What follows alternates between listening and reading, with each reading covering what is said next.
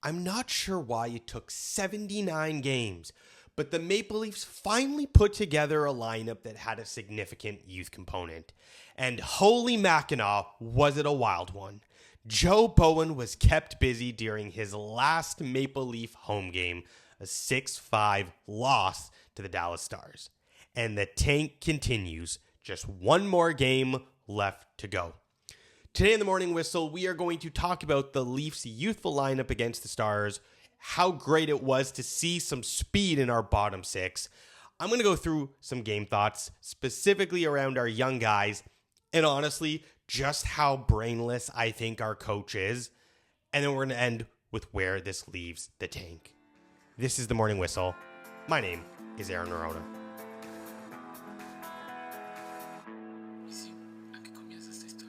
It was nice to see a young, youthful lineup play against the Stars. So it was an NHL debut for winger Ryan Tverberg, our third 2020 draftee to make a debut of late. And you could finally see some energy and some grit and some youth with Tverberg along with Cowan, Hames, Quillan, Villeneuve, and Akhtiamov. And I'm just wondering, where was this for the last 15 games? I mean, in the past, when we've talked about tanks, it didn't just mean scratching people. It meant bringing young youth into the lineup and seeing what they could do, right? And it generally meant putting them in place of older veterans who were playing in your third and fourth lines.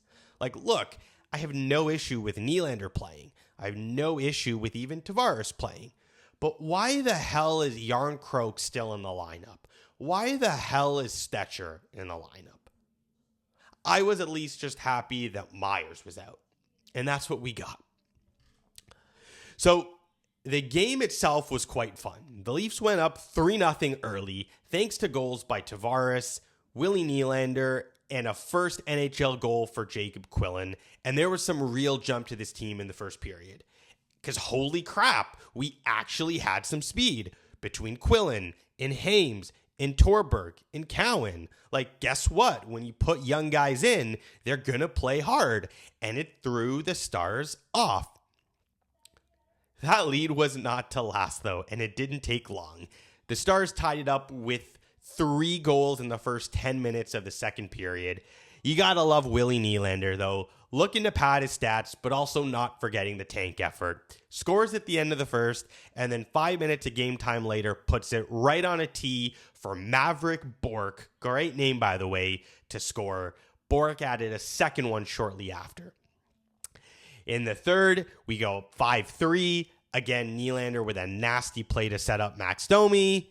Guess what, though? Dallas responds with 2 more before good old Maverick scores his third of the game to put the Stars up 6-5. The tank is alive and well. Now, some thoughts on the game. One, I want to talk about coaching. So, Craig Berube is really confusing me because I keep hearing that he's trying to be professional. But let me ask everyone this. What is professional about playing your best players for a minute 30 on the power play in a dead game at the expense of young players? What is professional about playing William Nylander 22-50 late in the season again when it means nothing? What is professional about continuing to give these little kiddie minutes to Nick Robertson? What is professional about continuing to put Calle Järnkrok on the PK? I don't understand it. I get it. We all know he's probably gone because he's useless. But if I was a Berube right now and I was trying to cling to job security, I would be focused on going to management at the end of the year and saying, hey, look, guys, I learned all these great things about some of our young players because we put them into different situations. Guess what I learned today? I learned today that Morgan Rielly can't defend. I knew that before. I know that William Nylander is really, really good. Guess what? I also knew that yesterday. You know what I don't know? What can Nick Robertson do on a power play? Anyways, hopefully it's just one more game left for him. I do want to talk, though, about some of the young players, because as I mentioned, there was some speed to the Leafs in this game. So let's go through some of the young names and some initial thoughts. So Hames, really interesting profile. He's got pretty good size. I think he's about 6'2", but he skates really well. And he made a couple of moves just in really tight quarters that makes me think, hey, this guy can be an effective player. He also got a little bit of PK time. Tverberg, it was his first game. He looked like he was his first game. He took a penalty, was a little bit off the pace, got out-muscled, definitely needs to put on some weight. Definitely a guy who I think next year starts with the Marlies. Does he have an NHL future? Maybe there's some attributes. Got some work to do. Quillan scores his first NHL goal, and I really like this guy. I don't know how much scoring upside he has, but there's an NHL player there. And yes, he probably projects as a fourth liner, but I really think he should be on the roster next year. He plays the game the right way, and he makes us faster. Last, Villeneuve. Did not seem overwhelmed by the speed of the game, and I will make this very clear. Anyone who watches him play and Philip Myers play and thinks that Myers is a better defenseman has no clue what they're talking about. They are coming from the Stone Ages.